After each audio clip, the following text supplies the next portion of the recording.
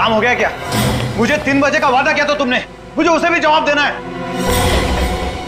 मैं वक्त का बहुत पक्का आदमी हूँ। ये लो अपनी घड़ी, देख लो सब कुछ ठीक है या नहीं।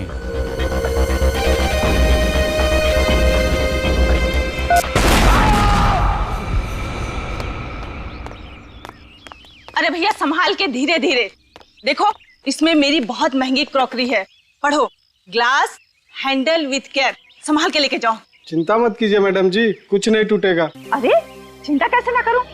इसमें से अगर एक भी सामान टूटा ना तो मैं तुमसे पैसे लूंगी। चलेगा। हाँ चलेगा, बात करने की तमीज नहीं है। अरे ये क्या है? मैंने आप लोगों से कहा था गाड़ी से सामान उतार कर सीधे अंदर ले जाना, यहाँ फैला दिया। चलिए टाइम मत वेस्ट करिए, ले जाइए अंदर। सारा सामान अंदर चाहिए मुझे, सीधे अंदर भाई। हाँ मेरी तो कुछ समझ में नहीं आ रहा है। अब क्या हुआ मिलानी? मुझे ऐसा लग रहा है कि इसमें कुछ सामान ज्यादा है। मिलानी तुम भी ना हमेशा परेशान रहती, ये सारा सामान हमारा ही है। मगर ऐसे। चलो चलो अभी अंदर चलो, कमाल करती हो तुम भी। अब मैं मुफ्त में कोई सामान क्यों देगा? तुम कभी मेरी बात नहीं सुनोगे। हद है। तो इसमें गलत क्या कहा? बस मिलानी, जब देखो तुम मेरे से झगड़ा करने का बहाना ढूंढती रहती हो। अब बहस बंद करो और ये सब सामान समेटो, जिसको जहाँ रखना रखो। हाँ हाँ मुझे पता है, मुझे ही सब करना है। ये उठाओ, वहाँ रखो। वहाँ रखो।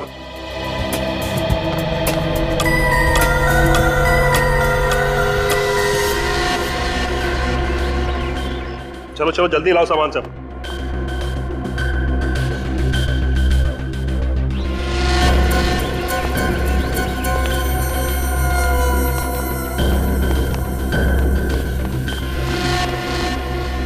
ठीक से खोला उसे।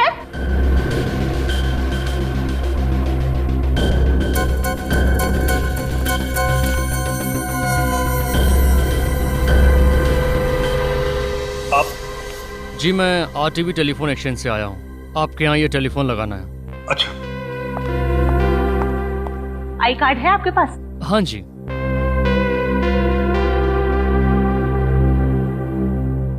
चलो छोड़ो, आप आइए मेरे साथ। टेलीफोन बेडरूम में लगा लो, आइए। जी। अरे घड़ी क्या देख रही हो, काम करो जल्दी। ना काम पड़ा है। मिलानी ये तो कह रहा है कि बेडरूम में टेलीफोन का कनेक्शन खराब हो गया, फोन यहीं हॉल में लगेगा। बेडरूम का कनेक्शन खराब है? जी मैडम। नहीं नहीं, हॉल में फोन मत लगाना।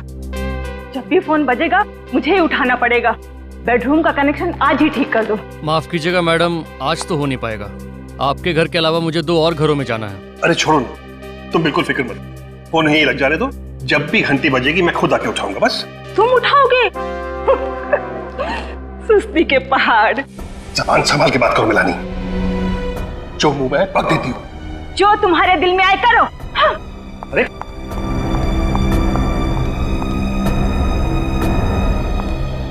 छोड़िए, कुछ भी बक देती है।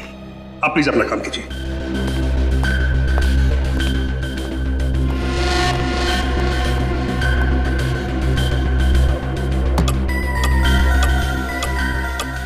अब थोड़ा ही सामान बचा है, इसे कल सजाएंगे। जी। मिलानी तुम बिल्कुल फिक्र मत करो, हमारे पास वक्त ही वक्त है, आराम से सजा लेना। हाँ तुम तो बोलोगे ही, आखिर घर तो हमें ही सजाना है ना। तुम फिर से शुरू हो गई ना? क्यों, सच्ची बात कड़वी लगी? तुमसे तो बात करना ही बेकार है। हाँ, मैंने कहा ना, इनका कुछ नहीं हो सकता। रीमा, तुमने घर के सारे खिड़की दरवाजे बंद कर लिए ना? जी मैम साहब। ठीक है, तुम जाओ सो जाओ, मैं भी सो जाती हूँ। जी।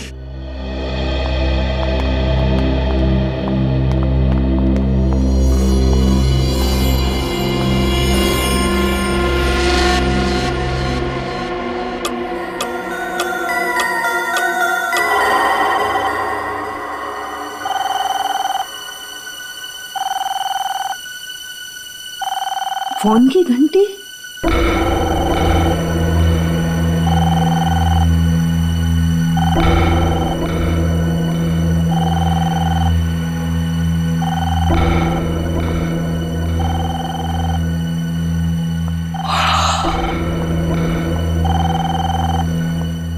फोन लगा लगाया नहीं कि फोन बजना शुरू। अभी तक तो पड़ोसियों से भी जान पहचान नहीं हुई।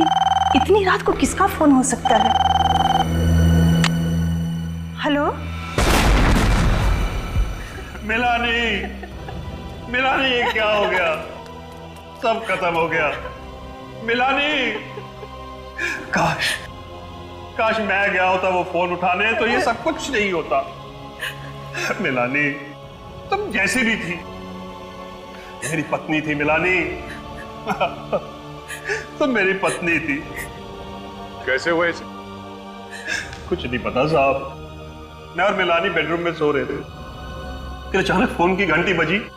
मिलानी फोन उठाने गई, फिर अचानक जोर से धमाका हुआ। मेरी नींद खुली, भागता बाहर आया, तब तक सब कुछ खत्म हो चुका था। खत्म हो चुका था सब कुछ। आप उस वक्त बेडरूम में थे? जी हाँ। और आप कहाँ थी? मैं रसोई घर में थी साहब, मैं भी सो ही रही थी। फोन की घंटी सुनाई नहीं दी आपको? नहीं साहब। सही है, देखिए फोन की हालत देख के तो नहीं लगता कि फोन के अंदर बॉम्ब लगाया गया होगा। तो ये बॉम्ब किस चीज में रखा गया होगा? अब कितने बजे थे जब बम फूटा? जी 2 बजे थे साहब। हाँ, 2 बजे के आसपास। 2 बजे थे? जी साहब। 2 बजे फोन की घंटी बजती है और 2 बजे धमाका होता है। इस धमाके का और इस फोन के घंटी का आपस में कोई ना कोई कनेक्शन है। आप लोग दोपहर को ही आए थे ना यहाँ पे? जी हाँ, 1 बजे। और ये सारा सामान आप लोग अपने साथ लेके आए थे? जी।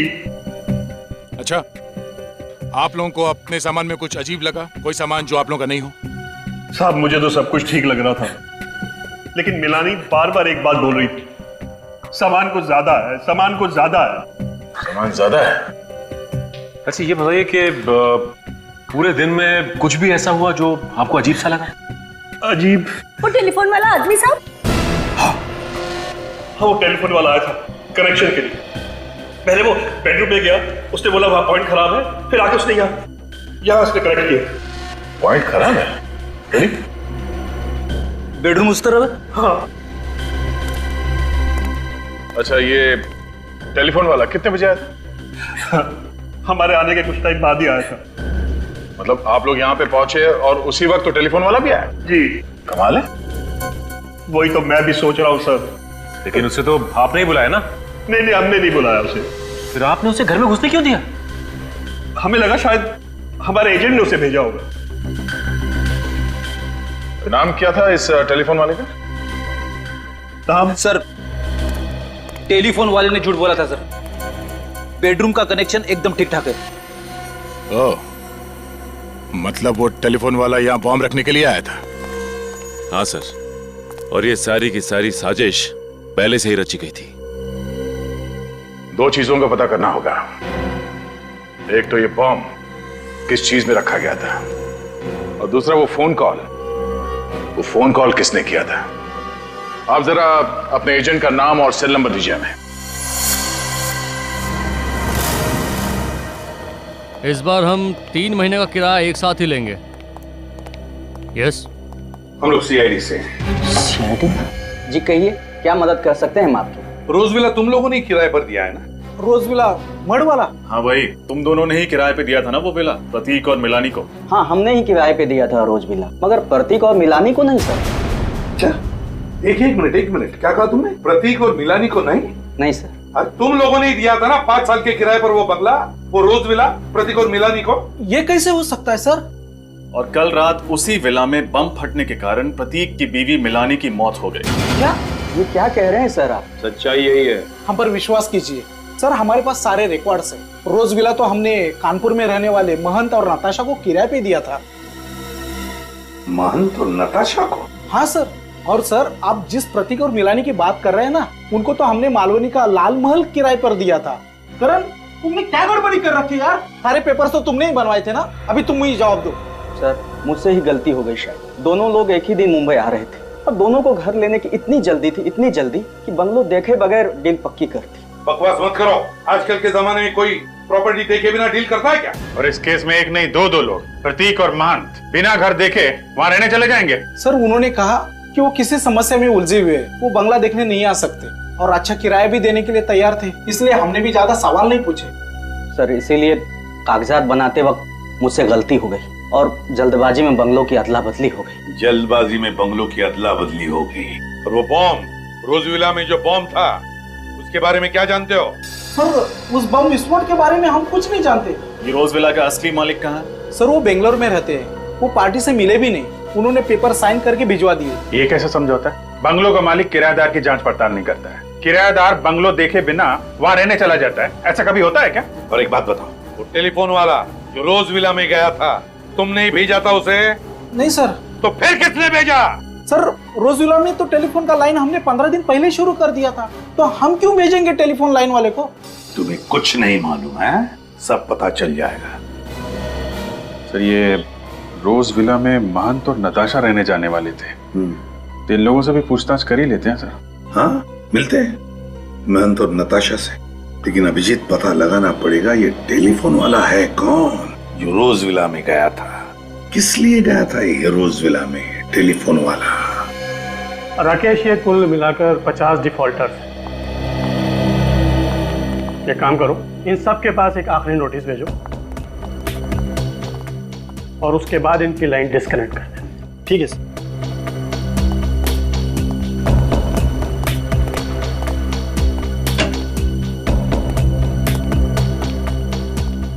आप ही आरटीबी टेलीफोन एक्सचेंज के एरिया सुपरवाइजिंग मैनेजर हैं? जी मेरा नाम विवेन है सर।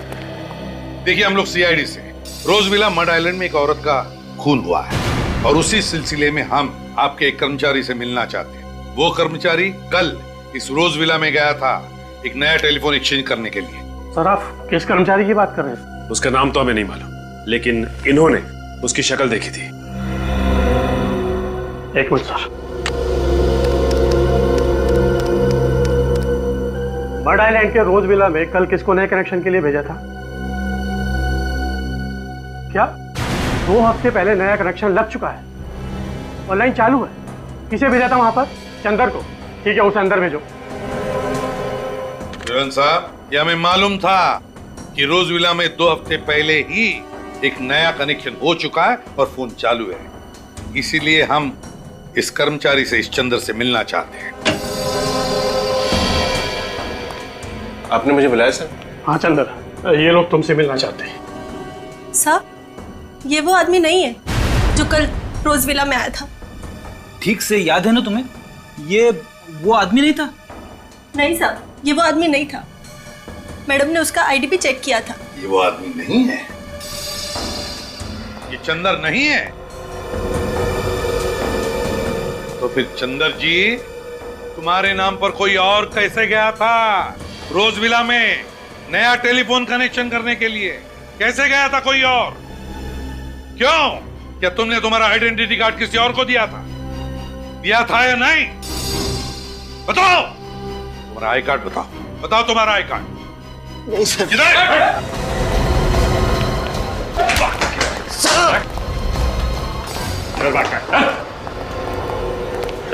बताओ बताओ कौन गया था तुम्हारे नाम पर? कौन गया था चंदर बनकर? जल्दी बता।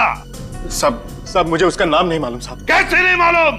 जल्दी बता, बता कौन है वो? क्या जानता है उसके बारे में तुम? मैं उसे ज्यादा नहीं जानता साहब, बस सिर्फ 1 हफ्ते से मैं उसे टेलीफोन एक्सचेंज के बाहर देखता था साहब। उसने मुझसे दोस्ती की, अपना प्लान बताकर मुझे अच्छे पैसे दिए साहब, ताकि मेरा मुंह बंद रहे। और क्या जानता है उसके बारे में? वो मुझसे मिलने के बाद अक्सर रिक्शा पकड़ता था साहब। रिक्शा पकड़ता था? और क्या कहता था रिक्शा वाले को? कहाँ जाना है कहता था? चारकोप। चारकोप।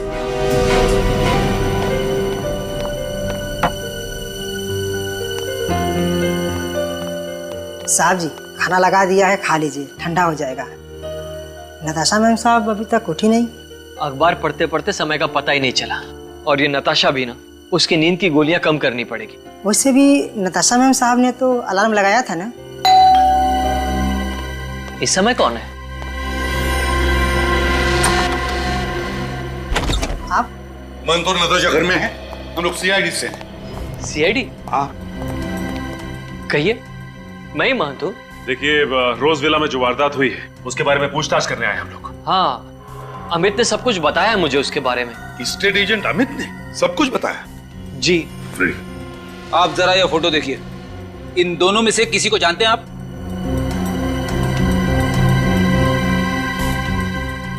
नहीं। नहीं। मांझी, ये मिलानी और प्रतीक है। जिस रोज विला में आप दोनों रहने जाने वाले थे, आपकी जगह ये गए और फिर आपको पता है क्या हादसा हुआ। ये प्रतीक और मिलानी है।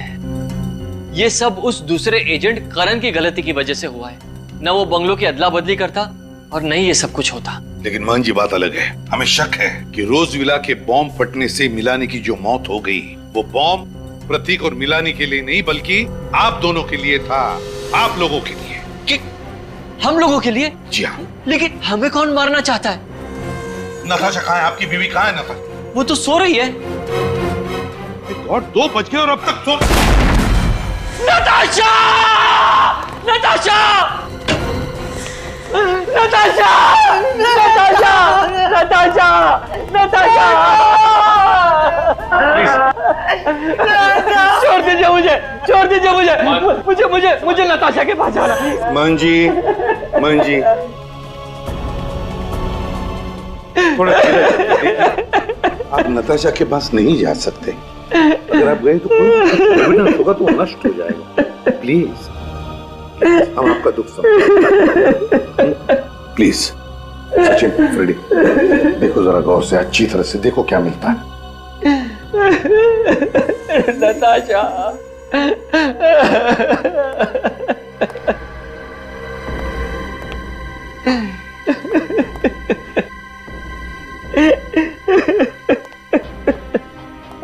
प्लीज शांत हो जाइए।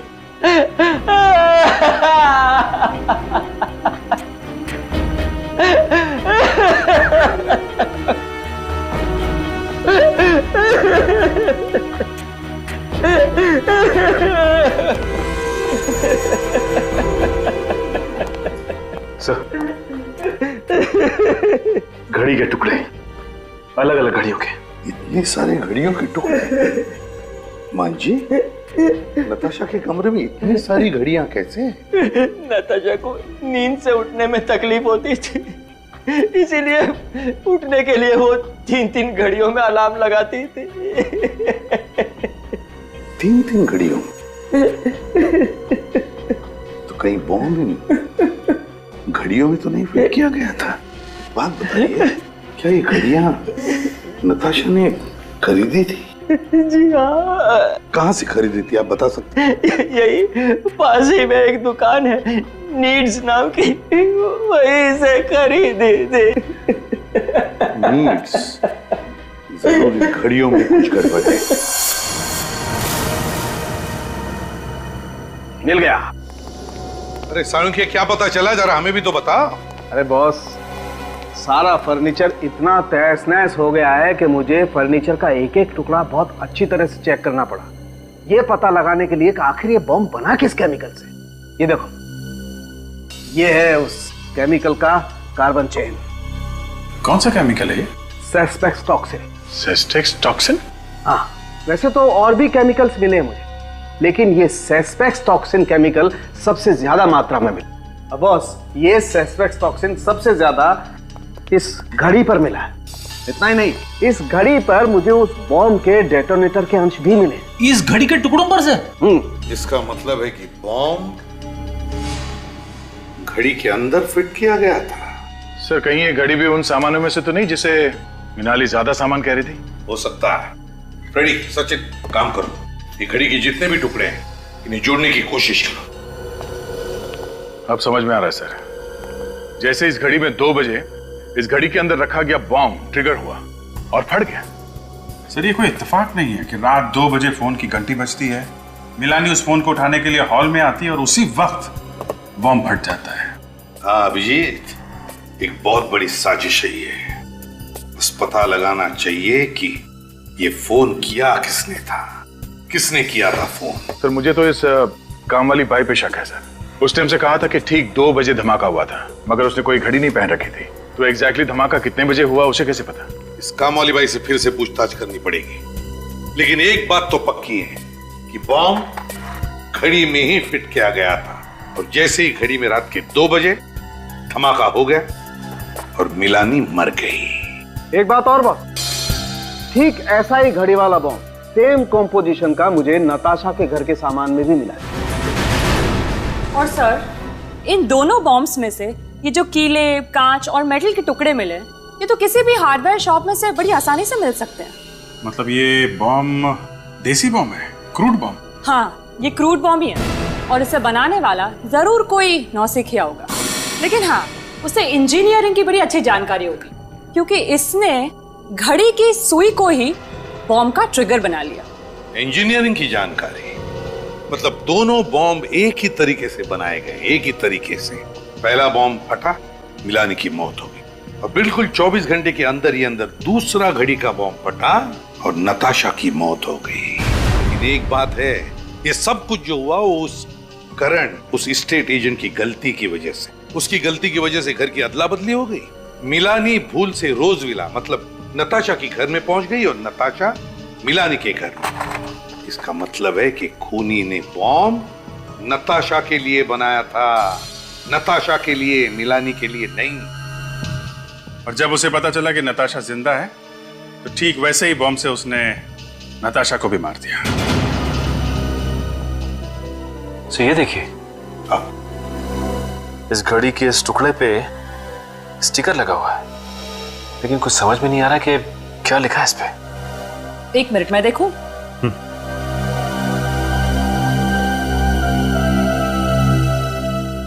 हाँ, अब देखिए, कुछ कुछ नजर आ रहा है।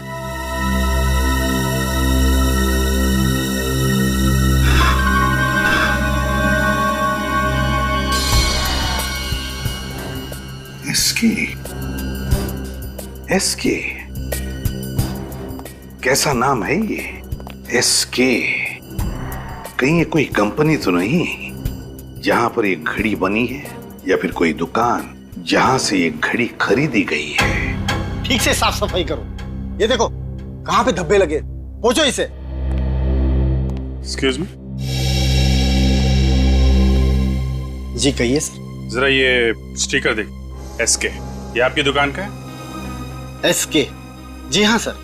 सर ये स्टिकर तो मेरे दुकान का ही है सर। और तो और ये जो घड़ी का टुकड़ा है, इस घड़ी को तो मैंने पिछले हफ्ते ही बेचा था सर। आपकी इस घड़ी में एक हथियारे ने बॉम्ब फिट किया था और उस बॉम्ब के फटने से एक औरत की मौत हो गई। ये क्या कह रहे हैं सर आप? बिल्कुल ठीक कह रहे हैं। आपको याद है किसको बेची थी आपने ये घड़ी? हाँ सर, एक आदमी आया था सर इसे खरीदने के लिए। ये देखो, वो आदमी ये था। हाँ सर, ये तो वही आदमी है सर। अच्छा, इसका नाम पता कुछ मालूम है आपको? नहीं सर, ये तो नहीं पता। कुछ और बता सकते हैं इस आदमी के बारे में? हाँ सर, याद आ गया। घड़ी खरीदते वक्त वो किसी से फोन पे बात कर रहा था सर। किससे बात कर रहा था सर? ये तो पता नहीं। अच्छा, आपने उसकी बातें सुनी? क्या कह रहा था, कुछ याद है? वो चारकोप के बारे में कह रहा था। चारकोप? सर, इस चंदर ने भी तुम्हें बताया था कि टेलीफोन एक्सचेंज के बाहर जो आदमी उससे मिलने आता था, वो भी रिक्शा वाले से चारकोप भी चलने के लिए कहता था। चलो चारकोप चलते हैं, शायद ये आदमी हमें वहीं पे मिलेगा।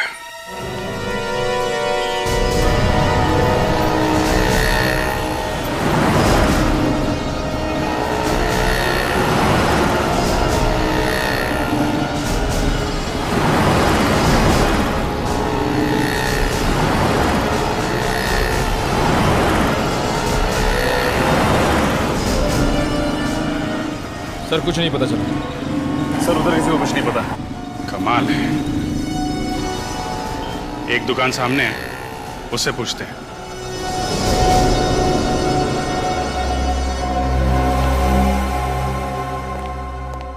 आप लोगों को क्या चाहिए साहब? हमारे सेठ बाहर गए हुए हैं। बाहर गए? जी साहब। कोई बात नहीं। आप जरा ये स्केच देखो। इस आदमी को देखा यहाँ आसपास? ये तो हमारे सेठ की तरह लग रहा है साहब। ये हमारे सेठ ही हैं। ये तो इनके सेठ निकले। खुद की इतनी बड़ी दुकान है। क्या नाम है तुम्हारे सेठ का? मकरंद साहब। मकरंद? जी साहब। निखिल, जरा वो टुकड़ा दिखाना इन्हें। ये देखिए।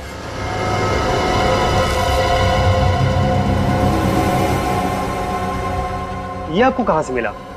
अरे वाह, बड़ी जल्दी पहचान लिया तुमने इस घड़ी के टुकड़े को। जी साहब। तब तो तुम्हें यह भी मालूम होगा कि तुम्हारा सेठ क्या क्या गुल खिला रहा है। ये आप क्या कह रहे हैं साहब? मेरे कुछ समझ में नहीं आ रहा। समझ में नहीं आ रहा? ये टुकड़ा जब घड़ी हुआ करता था तो तुम्हारे साहब ने इसमें बॉम्ब फिट किया था, जिसकी वजह से 2 औरतों की जान चली गई, समझे तुम? क्या? मेरे सेठ और बॉम्ब? हाँ, बॉम्ब। और तुम तो ऐसे चौंक रहे हो जैसे तुम्हें कुछ मालूम ही नहीं है। साहब, मैंने मकरंद साहब को घड़ियां लाते हुए और ले जाते हुए देखा था। अच्छा, कहाँ लेके आते थे घड़ी? कहाँ रखते थे? वहाँ पीछे कमरा है, मकरंद साहब घड़ियों को उसी में रखते थे। चलो देखते हैं वो कमरा। दिखाओ, कहाँ पे है? आइए साहब। देखो लाइट का स्विच कहाँ पे है। सर। साहब, मकरंद साहब ने कभी हमें इस कमरे के अंदर आने नहीं दिया। वो हमेशा इसे बंद ही रखते थे।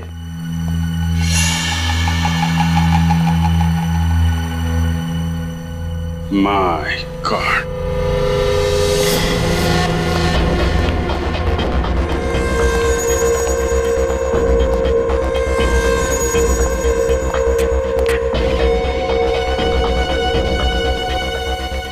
बॉम्ब बनाने का सामान। सर, इसका मतलब मकरंद यहीं बैठकर बॉम्ब्स बनाता था, घड़ियों के अंदर फिट करता था। क्या ये सब? यहाँ इतना सब कुछ चल रहा था और तुम लोगों को कुछ पता नहीं चला? घड़ियां तो हमने देखी थी साहब, लेकिन उसके अंदर मकरंद साहब ने क्या हेरा फेरी की ये हमें मालूम नहीं पड़ा। सर, ये देखिए। ये तो रोज विला की फोटोज है। यस सर, बंगलो खाली है और सारी तस्वीरों में बंगलों का अंदर का हिस्सा दिख रहा है और ये सारी तस्वीरें हर तरफ से ली गई हैं। पर सर, खाली बंगलों के अंदर की तस्वीरें खींचने का क्या मतलब हो सकता है? मतलब ये निखिल की प्रतीक और मिलानी के रोज विला में जाने से पहले मकरंद उस बंगलो में गया और वो घड़ी बम कहाँ पे फिट करना है वो जगह तय कर ली। सर, लेकिन बंद पड़े हुए बंगलों के अंदर जाकर तस्वीरें खींचना ये कैसे मुमकिन हुआ होगा? मतलब इस मकरंद के पास रोज विला की चाबी थी, किसी जान पहचान वाले ने उसे चाबी दी होगी, मगर किसने? वैसे तुम्हारे मकरंद साहब गए कहाँ हैं?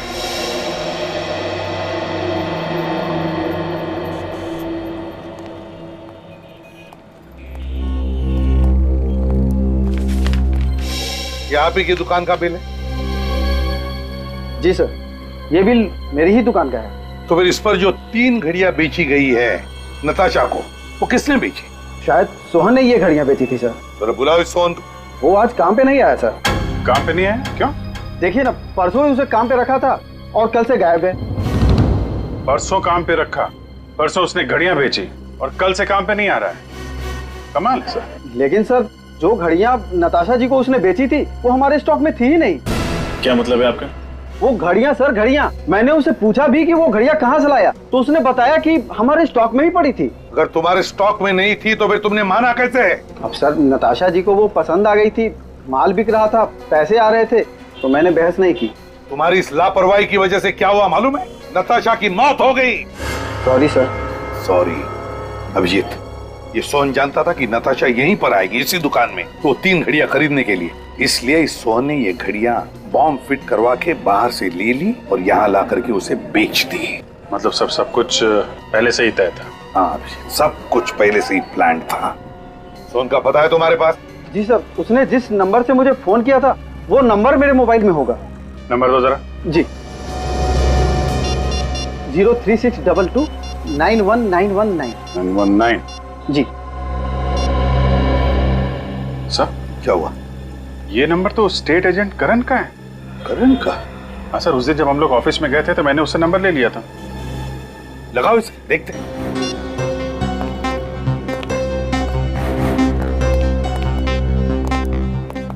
नहीं सर, फोन बंद आ रहा है। फोन बंद आ रहा है? सर, इसका मतलब करण और सोहन एक ही आदमी है। और वो सोहन सिर्फ इसलिए बना था ताकि वो बॉम्ब वाली घड़ियां नताशा को बेच सके। हाँ अभिजीत, मुझे तो लगता है मकरंद को रोज विला की चाबी भी इसी करण ने दी और नताशा की मौत का कारण भी यही है। ये करण, इस करण को उठाते हैं।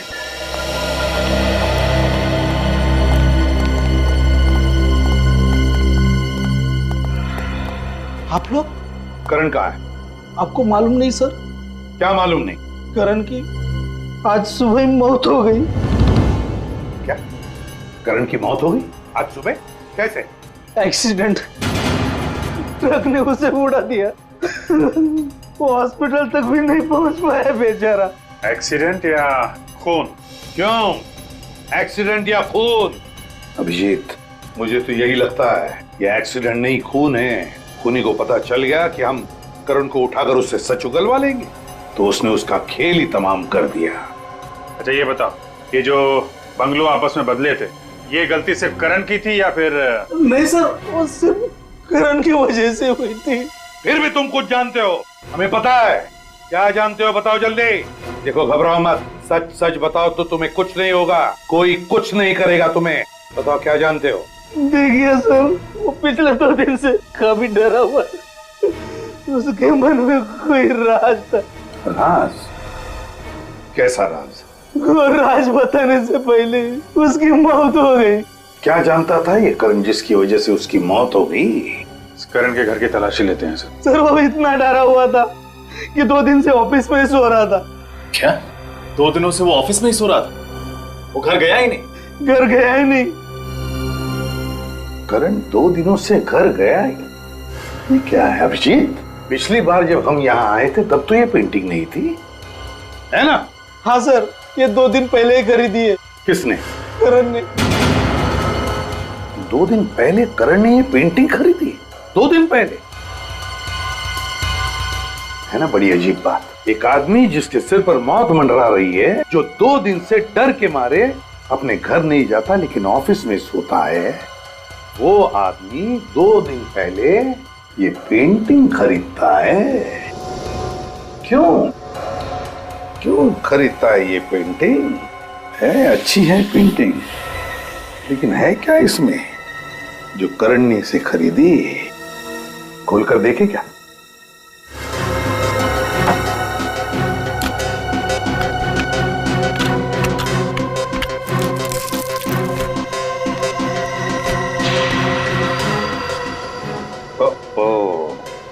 ये क्या है? Blank envelope.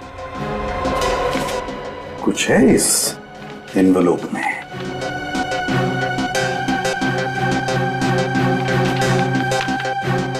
माय गॉड, तो ये है वो राज जो करण जानता था और जिसकी वजह से उसकी जान चली गई, जिसकी वजह से नताशा का खून हुआ और जिसकी वजह से मिलानी मर गई।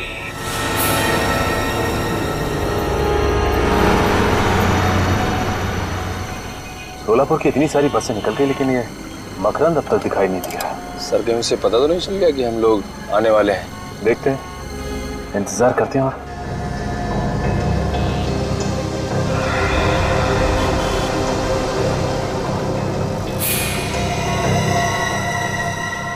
वो देखो निकल, चश्मे वाले के बगल में वो आदमी है, बिल्कुल मकरंद जैसा लग रहा है। हाँ सर, शायद ये मकरंद ही है। चलो जल्दी आओ।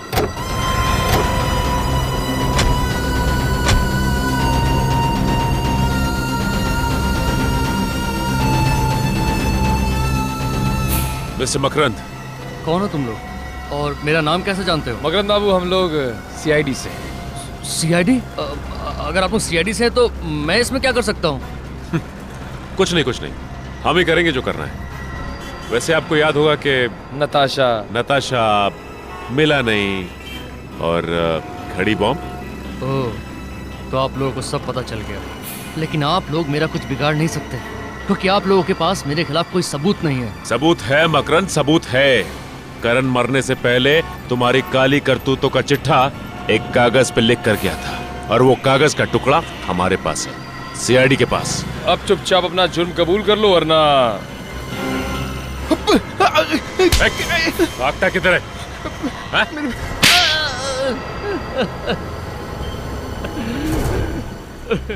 हाँ, मैं ही जिम्मेदार हूँ मिलानी, नताशा और करण के खून का। ये सारे खून तुमने किए क्यों? पैसों के लिए। करण को किसी तरह पता चल गया कि मुझे बॉम्ब बनाने आता है। बस उसने मुझे ढूंढ निकाला और कहने लगा कि एक आदमी है जो मुझे घड़ी बम बनाने के लिए मुंह मांगी रकम देगा। और फिर तुमने बड़ी सफाई से तो फोन मिलानी के घर के हॉल में फिट कर दिया ताकि फोन उठाने आए और उसकी मौत हो जाए। हाँ। पहले मैंने रोज विला के अंदर घुसकर अच्छी तरह जांच पड़ताल की और फिर जिस दिन प्रतीक और मिलानी वहां रहने आए, मैंने चुपके से वो घड़ी वाला कार्टून टेम्पो के अंदर रख दिया। और बाद में जब मैं टेलीफोन वाला बनकर अंदर गया तो उस वक्त मैंने देख लिया कि घड़ी वहीं लगी हुई है। तब मैंने ये ठान लिया कि मैं फोन हॉल में ही लगाऊंगा। और जिस दुकान से नताशा ने घड़ियां ली थी उसमें भी बम मैंने ही लगाया था। और करण की मौत को तुमने बड़ी सफाई से एक्सीडेंट का रूप दे दिया। करना पड़ा, क्या करता। वो आप लोगों के सामने अपनी जबान खोलने वाला था, इसलिए उसे भी रास्ते से हटाना ही पड़ा। और ये सब कुछ करने के लिए तुम्हें पैसे किसने दिए? पैसे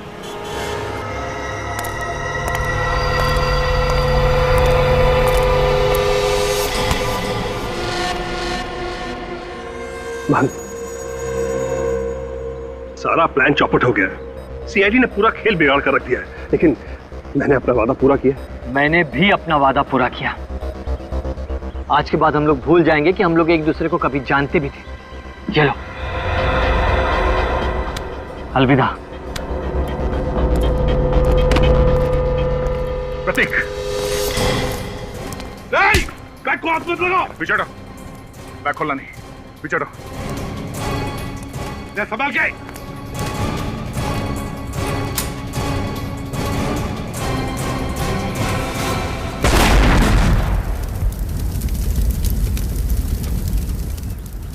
गद्दार, तूने मुझे मारने की कोशिश की। मैंने कुछ भी नहीं किया। ये सब इसी का किया हुआ है। झूठ बोल रहा है सर। दरअसल ये आप लोगों को भटकाने की कोशिश कर रहा है। प्लान इसी का था, इसी ने बनाया था। ये बोल रहा है साहब। मैं बता दूं। झूठ बोल रहा है।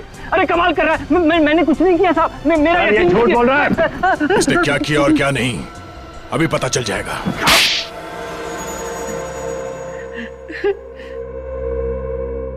अब 3 मिनटों में तुम्हारी कहानी हम सुनाएंगे। मिलानी, नताशा, करण, तीन लोगों का खून किया है तुम लोगों ने। और तुम लोगों ने सीआईडी को झूठ बोला, हमारे सामने एक दूसरे को पहचानने से इनकार कर गए।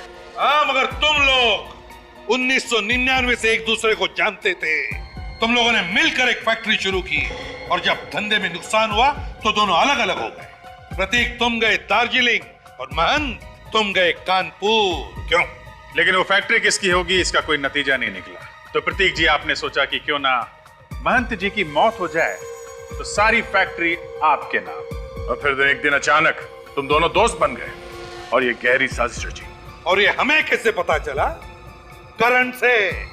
करण जो कई साल पहले तुम दोनों का नौकर हुआ करता था, उसी ने तुम दोनों का काला चिट्ठा लिख कर रख दिया कागज पर हमारे लिए, समझे?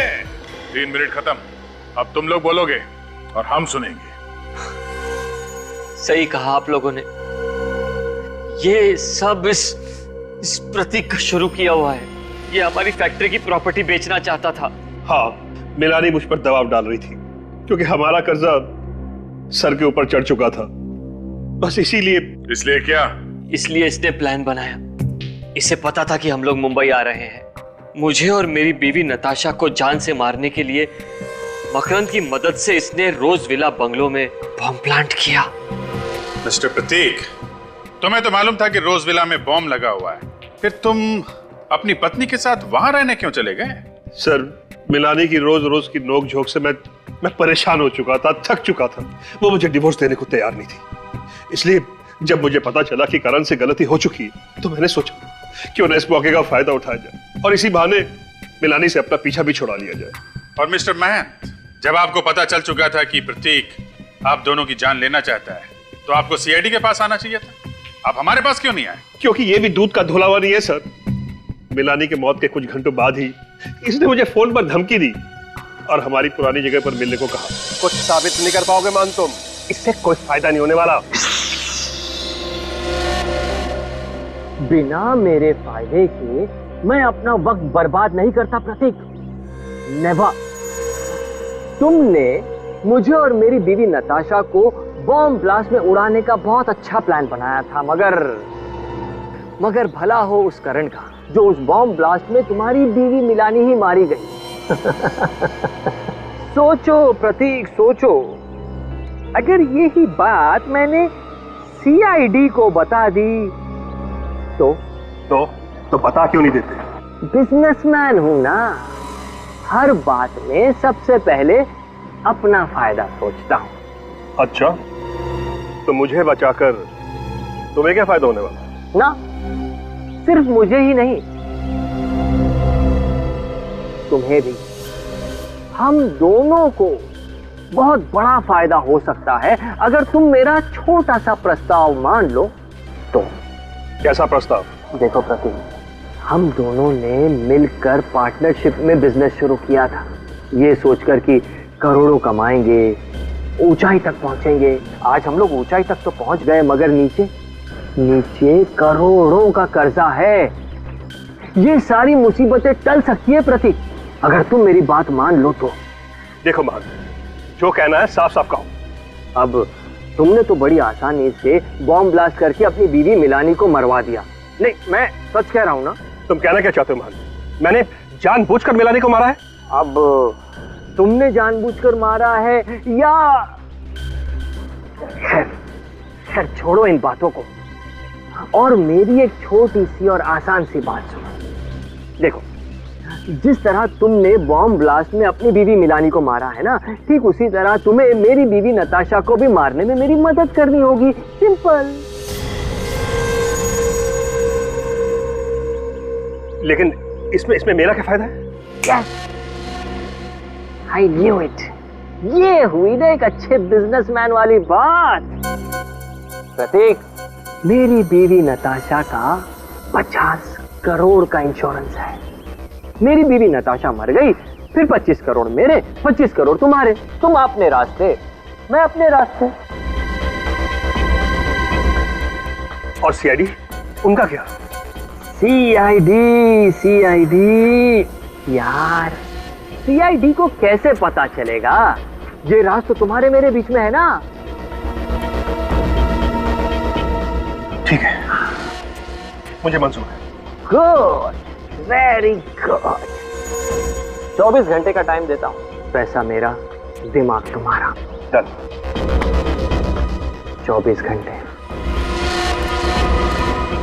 और फिर मैंने मकरंद को फोन किया।